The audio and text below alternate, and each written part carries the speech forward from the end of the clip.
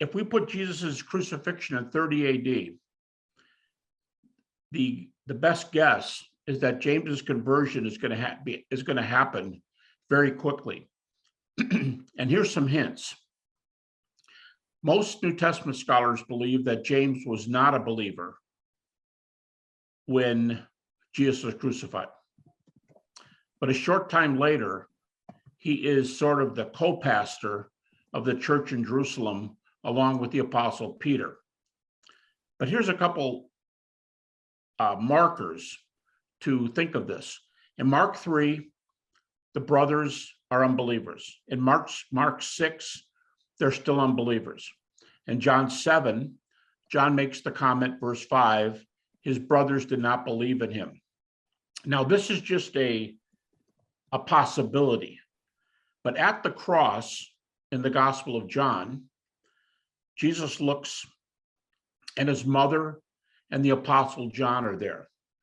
And Jesus gives his mother, Mary, to John and asks him to take her into his home and to take care of her. Now, the interesting question there, we can't be sure of this part, but the interesting question is, why didn't Jesus give Mary to James, his brother? And now you could say, well, because James wasn't there. I mean, and that's a worthwhile consideration. But he gives Mary to John and asks her to care for him. Now, Jesus dies, and on what we call Easter Sunday, he's raised from the dead. Luke tells us that he was appearing for 40 days and teaching on the kingdom of God. That was his message. By the way, that was his major message all the way through his career, his public career, because Mark has him coming out on Mark 1, and Jesus' first message is, repent, for the kingdom of God is at hand. Well, he's still speaking about the kingdom of God after he rises from the dead, according to Luke.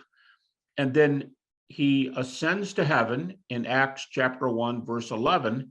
And right after he ascends, a group of Christians, over 100, are meeting at what we often call the upper room. And there in the upper room, it says Mary and the brothers of Jesus are present.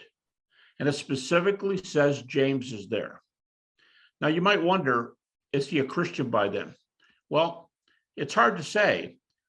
We can't say exactly, but at least he was showing up and he was caring about the situation, and he was supporting his brother and supporting his family.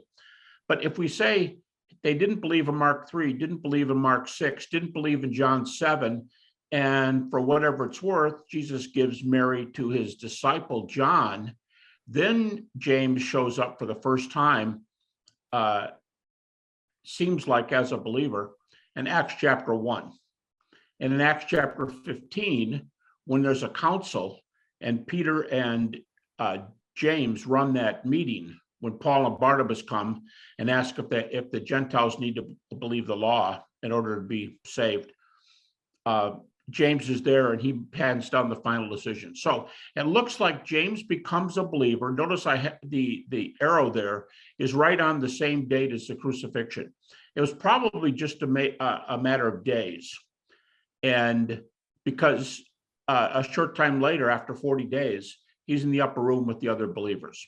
So that looks like the beginning for James. Now, there is a book called the Gospel of the Hebrews. It's not in the New Testament, and it's nothing to do with the book of Hebrews. In fact, it's a little bit Gnostic in its theology. It's nothing orthodox. It's nothing special. It may not be true. It's just interesting. But there are only a few fragments of this book around, the Gospel of the Hebrews, and one of them is an appearance of Jesus to his brother James. And as I said, that may be or may not be the way it went. If you read the little appearance there, it's very brief. It reminds you of the two men. Well, I say two men. A lot of people think it's one man and one woman, and that's why the second person is not named. But the two who are on the way to Emmaus, it reads like that he broke bread with his brother.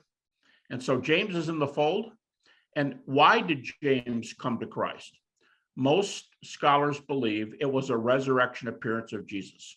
So there's our first event after the cross in 30 AD, probably just a matter of days. And James sees his brother. I often wonder how that event would have happened. Like, James, look at my wounds. It's me, man. You disbelieved me all your life. And now what can you say? Look at the wounds, they're healed. And James became a believer. So very, very early, James is converted, most likely specifically because he saw the risen Jesus. All right, let's go to the next slide and see the second of these 5 events. And that is going to use a Greek word here, homologia. Even atheist New Testament scholars, now that might be, I don't know what that's like in Malaysia, but we have a lot of those in North America and Western Europe.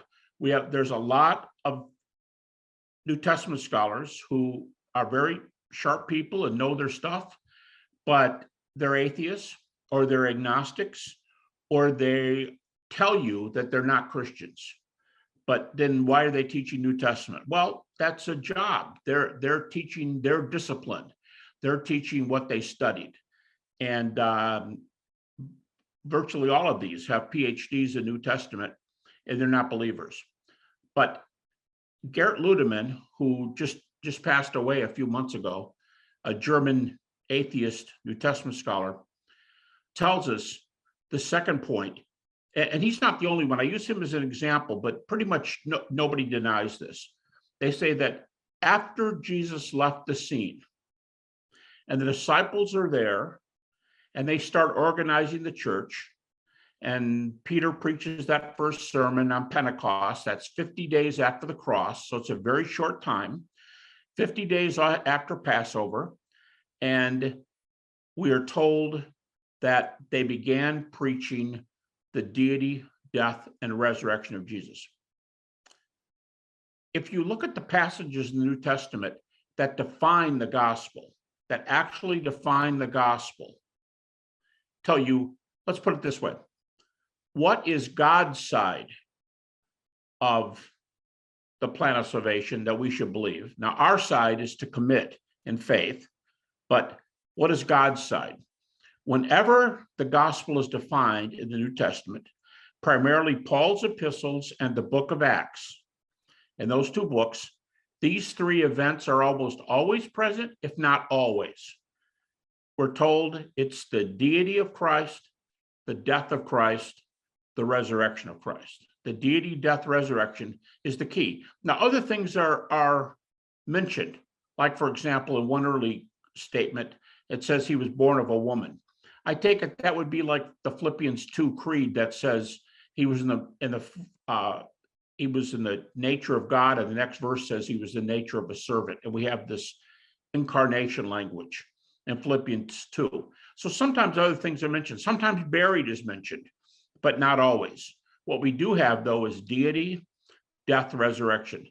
The person's side, if they choose to follow Christ, they believe, they react with faith. Now, I can't tell you what the Malaysian or the other, all the nationalities that you folks have in your country, what other languages, what the word believe means in your languages. But in English, the word believe is a pretty benign word. It's pretty simple. We can say, I believe so-and-so was the first president of our country, or I believe my favorite baseball team is going to win the World Series. We just make kind of, glib comments. We might even say, I believe strawberry ice cream is my favorite. I mean, and it doesn't take any kind of commitment to eat some strawberry ice cream, But in Greek, the words for believe, pisteuo, pistis, the noun, verb, the words mean to commit. They mean to throw yourself upon this person. As one Greek scholar says, cast yourself upon Jesus. That's what you're asked to do. Peter and John say we should walk in his steps. And I say probably the closest, at least in the Western world, Western Europe, North America, I'd say the closest words to the English word believe, and I would guess this is pretty close to cultures around the world, it would be marriage. In our country and culture, when we say, I want to be married, we say the magical words, I do. The preacher gives the words. Do you want to live together for better or worse, richer or poorer, sickness and death, sickness and health till death do we part? And the person says, I do. Interesting little story. When I was remarried after my wife passed away, when I remarried, the pastor said, who knew us pretty well, and the pastor said, Gary, we're getting to those important words, and you better think before you say them, because the minute you say I do, your wife owns everything you have. He says, so are you ready to say I do? And when he said, she's going to own everything you have, she spoke out loud in the wedding and she said, yes. And she brought her fist down and everybody started laughing in the wedding. But that's what belief in Christ means. It means to jump in with both feet. It means to follow him. It's not good works. It's a commitment. We would never say to anybody, I was married by good works. You'd say, what? That sentence doesn't make any sense. You're married because you make a commitment. And it's the commitment that brings people to Jesus. So now why am I saying all this? Well, this central teaching in Christianity, the deity, death, and resurrection, to which we are challenged to say, I do, that began to be preached immediately. The Greek word for this is homologia. Homologia has the idea, logia has to do with words. Logia is words, like in the beginning, John 1, in the beginning was the word was with God, the word was God, logos. The words. Homologia means the central words, that which everybody holds true. And that message, this is what is most surely to be believed among us, to paraphrase the New Testament text. If you're going to believe something in the New Testament, don't get in an argument about current events or what side are you on politically or whatever else. If in the New Testament, the center is the deity, the death, and the resurrection of Jesus. And I'll say right now, if these are true, if Christ has been raised from the dead, Christianity is true.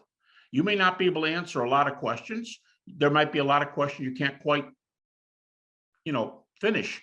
Like, did God command the Israelites to kill all the people in Canaan? Okay, these are tough questions. But Christianity doesn't depend on the answer to that. It does depend on the resurrection. And that message, the homologia, starts being taught immediately. In fact, in all our representation, which I'm going to talk about here in just a moment, the next of the 5 points is what are called creeds. Let me talk about these for a second. In the New Testament, creeds are little, usually short messages, maybe a half a sentence long. And all the things that were most important to Christians were rolled up at once. In fact, scholars now believe that perhaps only 10% or less of Jesus's listeners were literate. Okay, I just saw a quote yesterday that a scholar who believes that his crowd was only 3% literate. 3% literate. If 97% of your hearers can't sign their name, how do you get the message of the gospel across to them?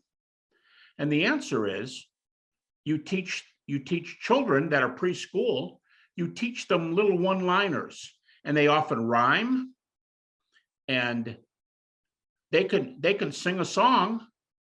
Amazing grace, how sweet the sound that saved a wretch like me. I once was lost, but now I'm found, was blind, but now I see.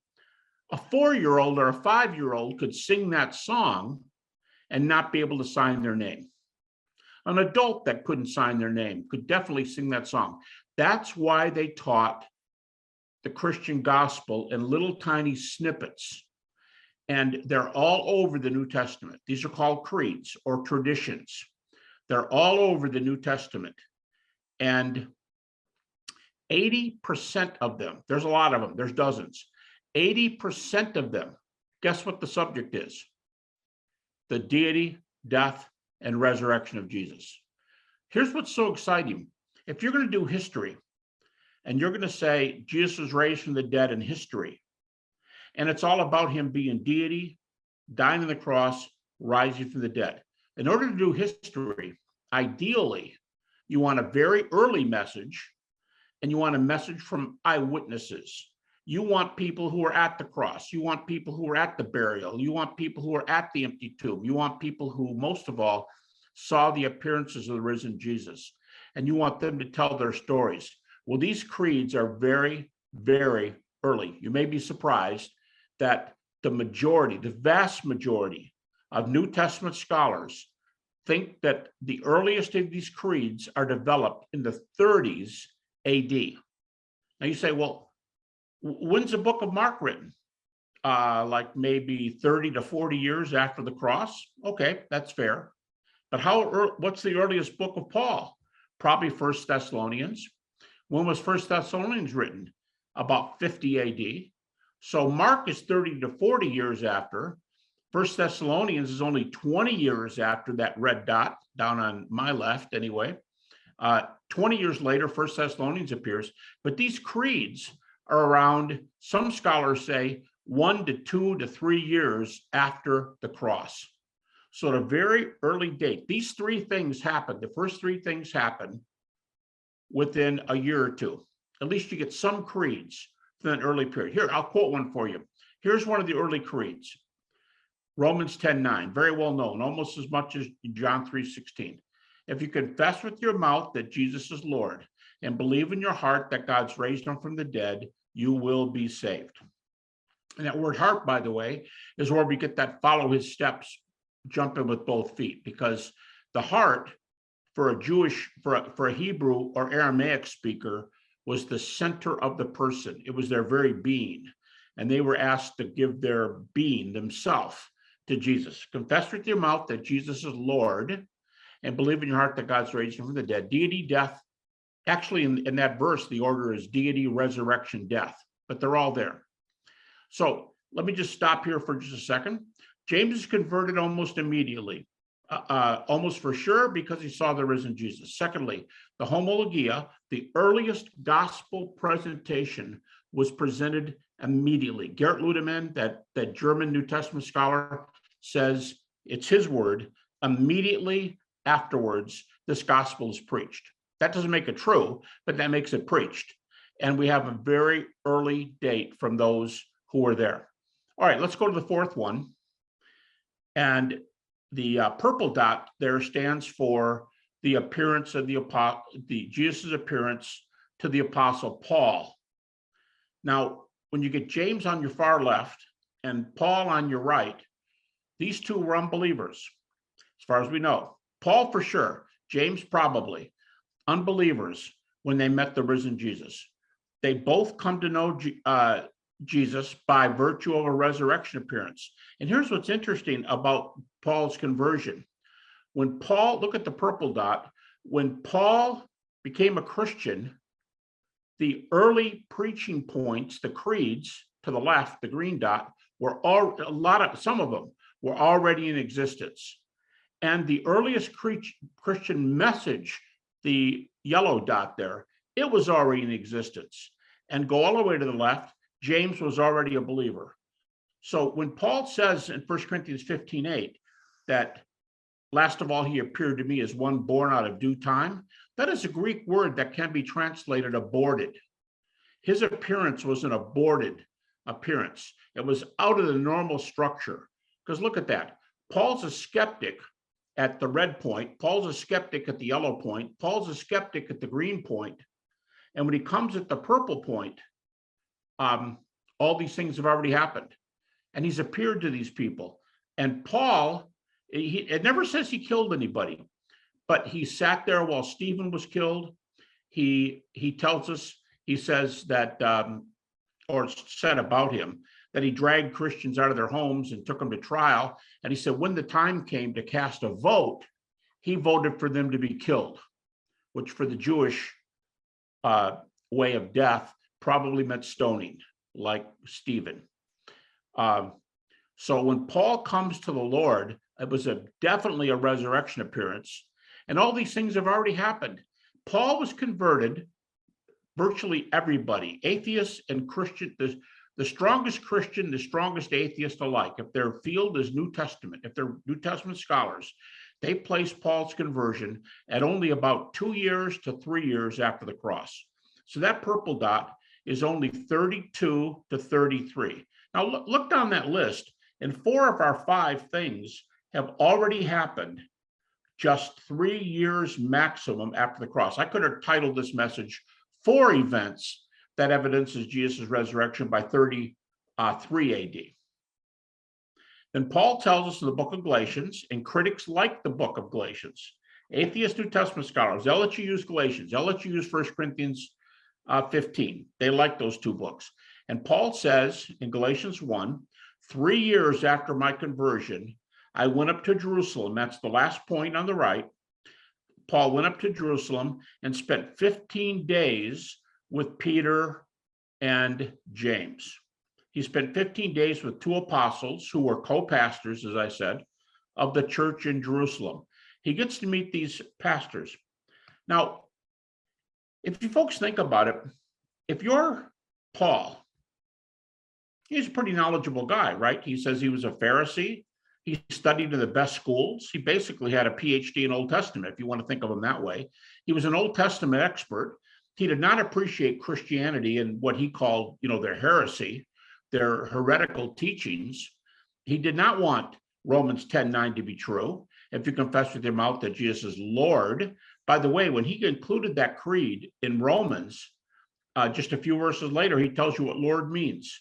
He quotes the Old Testament, and the line from the Old Testament is, whoever calls upon the name of the Lord will be saved. And the word for Lord there, if you have this kind of Bible, it's in caps, meaning Jehovah or Yahweh. So Paul leaves no doubt in anybody's mind that by the time he comes to Christ and he writes Romans, he uses that early creed that's not his, it was around before him, and he uses that early creed that calls Jesus Lord. And then Paul uses the word for Jehovah or Yahweh to be what was being said in that verse. That's pretty high deity. In fact, most New Testament scholars, many at least, think that the word Lord is the loftiest title you could give Paul. He was called God sometimes. He was called Lord. He's called Son of God. They're the 3 loftiest titles, along with Son of Man. Son of Man is a title of deity, not a human title. Those are the 4 most heavily titles of deity. Let me say them again. He's called God a few times, Lord, Son of God, and Son of Man. They're titles of deity. And Paul is going to affirm that it's okay to say Lord in the sense that the Old Testament meant it, that he was the same as the Old Testament saints said, whoever calls upon the name of the Lord will be saved. And the word is Jehovah. Now, here's what's important, that Paul went to Jerusalem. Paul's appearance is very important. The books Paul wrote, more than anybody else, very important. His leadership, very important. How soon would the gospel have gotten to the Gentiles if it were not for Paul? We all owed Paul and Barnabas and others a great debt of gratitude. And yet he comes to Peter and James, no later than 36 AD, just a mere 6 years. That's early because it's only 6 years later. It's eyewitness because these other 2 men saw the risen Jesus. If I were Paul, this would be the first question I would have asked Peter and James. I would have said, I've never heard one of you apostles tell this from your own mouth. I'd like to ask you, after a really bad Saturday, after the crucifixion, you probably thought, the world had come to an end. There was nothing else to believe in. You wanted to go fishing. You wanted to go back to tax collecting, whatever. There was nothing left to believe in. Saturday was a bad day. But then on Sunday, Jesus is raised from the dead. I want to ask you fellas, please tell me what Jesus looked like when you first saw him, and tell me how important that was to you. That would easily be the first question I would ask. What did he look like? What did he say? And how did that change your Saturday on Sunday? And if I were Paul, I'd say, and I'll trade you, because if you tell me what you saw on Sunday, I'll tell you what Jesus looked like to me on the way to Damascus. So that'd be my trade if I were Paul. Give me your testimony. Tell me your story. And he was with them for 15 days. Now remember, the book of Galatians, which reports this, is all about the gospel. The book of Galatians, you could summarize the book of Galatians in a sentence. It's a short book. And the theme of Galatians is this: it's all about the gospel. If you make the gospel too big, it's heresy. If you make the gospel too small, it's heresy. Keep it where it's supposed to be, a minimum of the deity, death, and resurrection of Jesus. That's what you believe. Anything else is wrong. That's the right teaching. What do you think he was asking Peter and James about? He had to have asked them about the gospel. In fact, the next chapter now is past our 6 years. So I couldn't put 6 in there, because the next chapter, Paul says, 14 years later, I went up to Jerusalem again. Peter was still there. James is still there. And now there's a third disciple, John, the son of Zebedee. And what's so big about this is 14 years later, when he comes back, 1 Thessalonians hasn't been written yet. No New Testament books have been written. And he goes back 14 years later, and Paul is there, of course, Barnabas, but Paul is there, Peter's there, James is there, and John is there. 4 apostles. 2 are members of the 12, and 2 are added later and called apostles, both Paul and James. They're all there together. These are easily the 4 most influential people in the history of Christianity, are these 4. They're all there together. In Galatians chapter 2, verse 2, Paul said, I asked them about the gospel we were preaching to make sure we were all on the same page. He says, I asked them about the gospel because I didn't want to be making a mistake. I don't want to take the wrong message to the Gentiles. What do you guys think? Peter, James, John, what do you think about this gospel I'm preaching? And after Paul presents what he believed, in English at least, I had to count. These 5 words are in the text in English. So what do you guys think? Do you think this? Do you agree with me on the gospel? Here's the words. They added nothing to me. They added nothing to me, which means they didn't correct me. And a few verses later, verse 9, Galatians 2:9, they give Paul and Barnabas the right hand of fellowship. Now, I imagine they laid hands on them. Today we often lay hands on missionaries. We lay hands on new pastors and new pastorates. We lay hands on a number of people. One thing we don't lay hands on, heretics. I've never known a heretic to have hands laid on them. But Paul and Barnabas have hands laid on them. That's a second indication that the gospel they were preaching was true. They added nothing to me. And then shortly after that, they laid hands on them and they said, take that gospel to the Gentiles, and Peter and I will keep working on the Jews. We'll keep giving the gospel to the Jews. And that was that famous discussion. Most people think that Galatians 2 is the same as Acts chapter 15. That's the so-called Jerusalem Council. And they took the same gospel out there. But folks, what's so important about this is that all of these 5 events, not the second trip to Jerusalem, that was later, but the other 5, Paul's first trip included, gets us up to 36 AD. That's only 6 years after the cross. I wish I had time to talk to you about this, but there's nothing in the world religions, nothing in any religion that has a tight connection that the center of their faith was evidenced by 5 distinct meetings in 6 years or less. Now, if Paul was converted at 2 years instead of 3, some people think he was. If he was converted 2 years after the cross instead of 3, all 5 events are only 5 years after the cross. Not that 1 year makes a lot of difference. What I'm saying is it's very early. We've got eyewitnesses. and it's very early. One more thing. In Galatians 1:18, the Greek word is hysteresis. The root word of the Greek word in English, the root word is Histor, if you transliterate the Greek. Histor. It's the Greek word from, at least in our country and English, we get the English word history from the Greek word histor.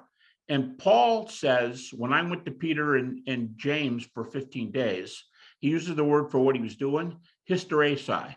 It's often been translated, he interviewed them, he spoke to them, he took notes, he asked questions. Might have been a kind of a minor kind of interrogation. He's not saying, I want to make sure you guys are solid. He's saying, I want to learn something. Please help me. I want to learn something. But that's a beautiful word, hysteresi. He was doing the work of a scribe or an interviewer that we might have in the news every day. He was interviewing. And what was he interviewing about? The gospel. To me, this is a very, very, very tight argument. We have eyewitnesses. We have 5 events in and out within 6 years. And when people say things like, well, I'll just tell you real quickly, when people say things like, if you'd mention the religions of the world, sometimes their holy books did not come around for 1,000 years later. Sometimes they didn't come around for 2,000 years later. In one case in the ancient world, the religious book in question, the copy is 4,200 years after the person lived. How secure would you feel if the gospel of Jesus Christ had not been defined before 1,000 years or 500 years? Our earliest biography of Alexander the Great that still lives, that's still in existence, almost a half a millennium after Alexander died, a half a millennium. And yet we have the appearances, these 5 events in Christianity within 6 years. It's a tremendously early message. It's a tremendously long message, a strong message. And I'll end where I started. It is the facts of the gospel. Paul said, with it, we have everything. Without it, we have nothing. It's all early. It's all well evidenced. So I guess we have everything from a very early date. And once again, what is said to be true, if you start with our opening prayer or go to the New Testament, that believers will be raised because of Jesus' resurrection is what is said the most times. It's a glorious belief based on the resurrection of Christ. So it's good history, it's good theology, and it's good practice. It's pastoral theology. It's practice, because Paul says in 1 Thessalonians, when someone dies, a believer dies, we sorrow. Jesus sorrowed at Lazarus' tomb. We sorrow, but not as those without hope. There's a difference between, at a funeral, there's a difference between those who sorrow without hope and those who sorrow with hope. The resurrection gives us hope when we go to our believing men and women and children. When they pass away, we can proclaim this truth, and it's backed up by the best reasons.